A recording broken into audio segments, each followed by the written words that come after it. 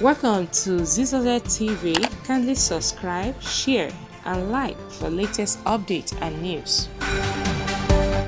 My purpose is to condole the entire country through the army on the loss of life in Kaduna. Is tragic. But as people of faith and the people who believe in this country, and importantly, faith,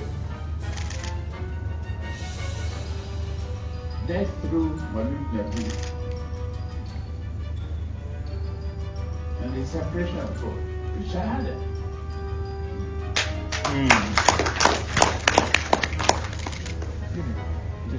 We must take that home